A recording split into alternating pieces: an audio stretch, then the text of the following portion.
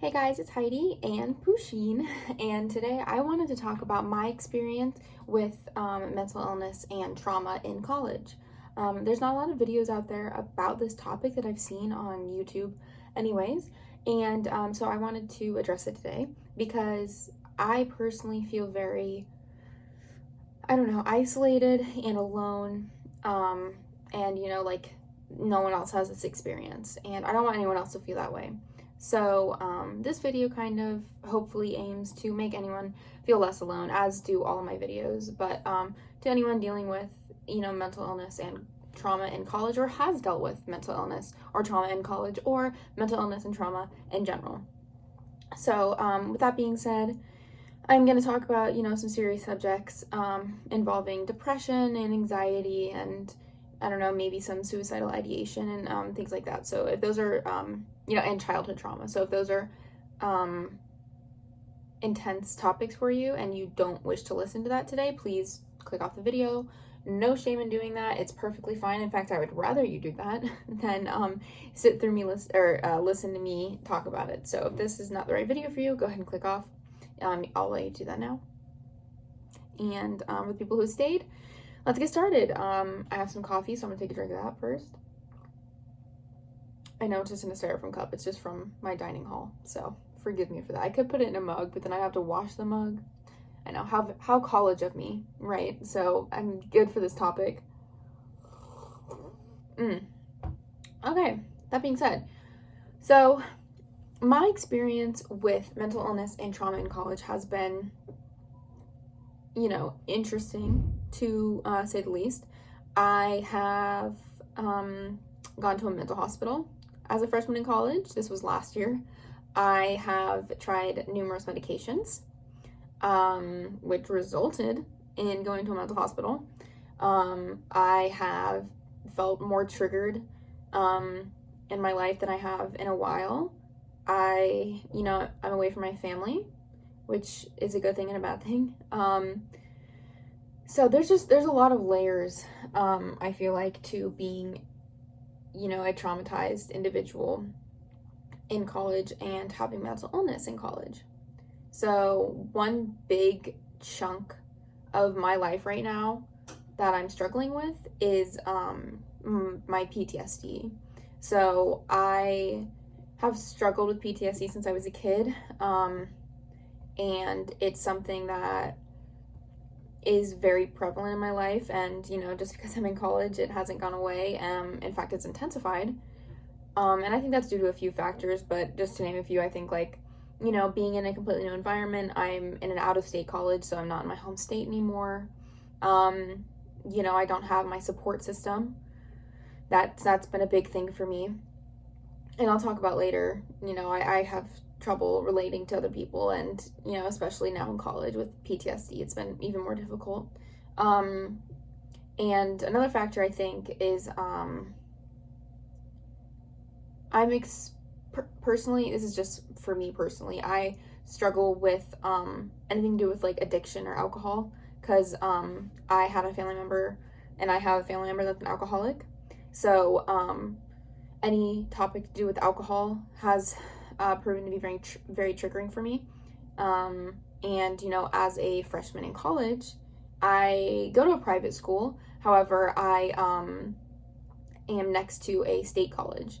So that being said, there's a lot of partying, there's a lot of drinking, there's a lot of drug use, so it's been very triggering for me, and therefore very isolating, because I don't want to go out and party. I don't want to drink. I don't want to do drugs. I don't want to do those things due to my PTSD. And I have no problem with people doing them away from me. It's just, I inadvertently find it very, very, very difficult to deal with. And, I hope anyone else can relate to this. It's not just me, hopefully, but since coming to college, I've experienced a lot more drunk people, and I've experienced many more conversations around drinking. And I didn't previously know, before coming to college and having these experiences, that this was going to be so triggering for me.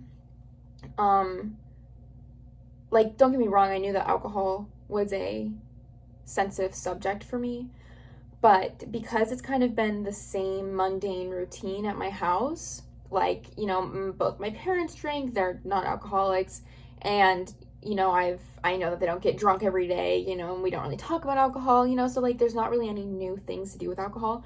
But since coming to college, there's been a lot of conversations around alcohol. There's been a lot of drunk people. There's been a lot of partying. There's been a lot of, just the culture surrounding college, which is a toxic culture, if you're asking me in general. It's another topic for another time. But my personal experience, I'll run into drunk people in the residence halls, or, some of my friends enjoy drinking, and I haven't been around people in a party setting purposefully. That's an on-purpose decision for me. I don't think it would be great, but even just talking about alcohol has been surprisingly triggering, and it's been really difficult to deal with because I am ostracized from that experience in college, and I have yet to meet anyone in college, at my college, that doesn't have any interest in drinking like I do. Like, personally, I think I want to stay sober, like forever, sobriety, and so it's been ostracizing, not like on purpose. It's not like people are, like, oh God, we can't be around her, she doesn't want to drink. It's just like, because I'm not part of that social circle, and because it's so triggering for me in that part of college, I am ostracized, and that's been very lonely for me, and it's been really, really difficult to deal with. And then there's the whole thing of just being triggered. When a situation does come up and I'm triggered, I have a panic attack, and that's isolating as well. So there's a lot of different experiences that I've been having, and it's been very, very frustrating to deal with, because I don't want to have this part of me, and I, resisting it isn't going to help me at all. And from 4 years of therapy, I know how to handle triggers, and I know how to calm myself down, and I know how to reason with myself and tell myself that I'm safe, and nothing bad is happening. But triggers still happen, and I'm still not going to want to be a part of the alcohol part of college, and I'm still going to be isolated from that part of college, and I'm not going to experience it, and people aren't going to like my decision. And it's very frustrating, because I wish that I could just drink and party and do those things, even though I'm only 18. Like, I wish that I could partake in those as a part of society, as the cultural aspect, but I can't. And so that part of my PTSD has been very frustrating.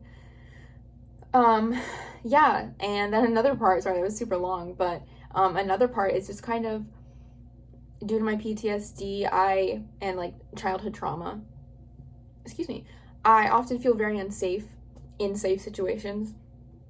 And so it's been very difficult for me to open up to people and just make a completely new support group, and I still don't have that. I have some support, but not a support group, and I definitely don't have the support I feel like I need right now. And that's been very frustrating, because it's a me problem. I need to be able to feel safe in my environment and open up to people, but I can't. And if you look at my last video, I was talking about how I got diagnosed with AVPD patterns, which is avoidant personality disorder patterns. So if you want to know what that is, you can go back and watch there, but I'm also struggling with that. So there's just so many layers to mental illness and trauma, and learning to deal with it in college has been so difficult. So difficult. It is absolutely ridiculous, and I'm so sorry to anyone also dealing with the same things that I am. It is so hard. And please feel free to comment, and I always answer comments right now, especially since I have like no one watching my videos, which is totally fine. But I just want to make this small percentage of people that are watching my videos feel less alone, and because no one struggling deserves to feel alone, so that includes you. So another part of my experience in college has been my generalized anxiety disorder with panic attacks. And because I'm being triggered more often due to my PTSD, I'm experiencing more anxiety and more panic attacks and things like that. And it has been interesting and difficult to deal with my anxiety. And I think the thing that's been impacted the most is sort of like my mental space, which is difficult for like, you know, academics for studying and stuff like that. And I do have accommodations, by the way, you guys. Like I have accommodations for college, and let me know if you want a video on that, on like how to get accommodations or what mine are. I don't mind sharing. I would love to help anyone, so let me know if anyone wants that video. Even if it's just one person, I'll try and help you out. I'm gonna take a sip of my coffee here. But oh, sorry, it's in the frame. But dealing with generalized anxiety disorder, I feel like it's kind of clouded my mental space. And what I mean by that is like, oh, this is hard to explain. Okay, hopefully people watching this have also experienced generalized anxiety or some sort of mental illness, so that you'll kind of get what I'm saying. I feel like right now I'm spending so much mental energy on my anxiety and the disorder that I don't have room for other stuff. It's like if I had like, this is my brain, right?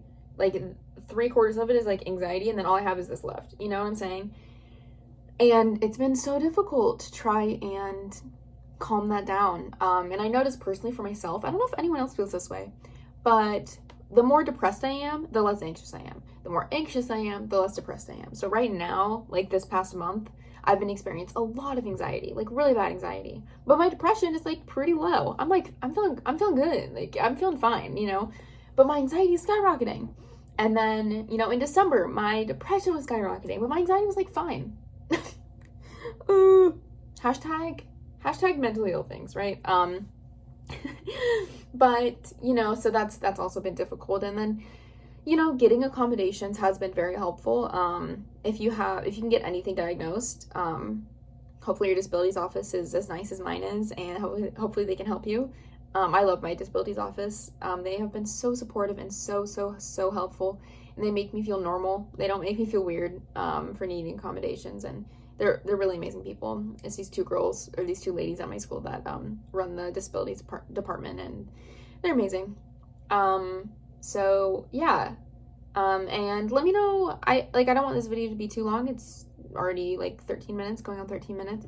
But let me know if you want me to make a video on like coping strategies in college, you know, for the things that I experience, or even for the things I don't experience. I'm a very empathetic person, and I love research.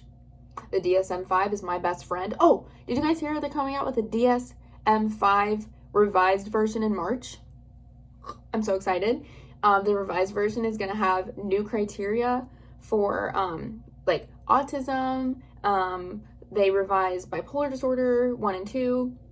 They revised schizophrenia and BPD. I could be wrong. Anyway, I wrote it down somewhere, but regardless, get excited for that. I will definitely do a video on that. I'm so excited. I want to get my hands on a copy, but they're like $100, $200.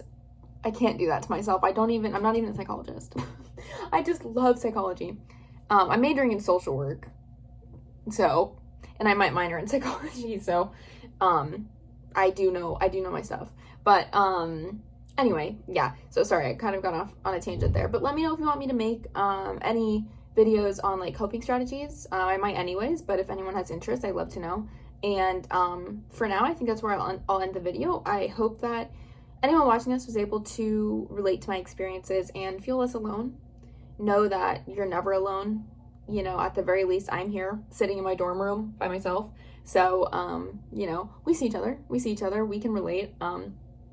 And yeah, I guess I will see you guys in my next video. I don't know what it'll be, but I hope everyone has a lovely day. And I hope you have a good morning, good evening, and good night. Bye.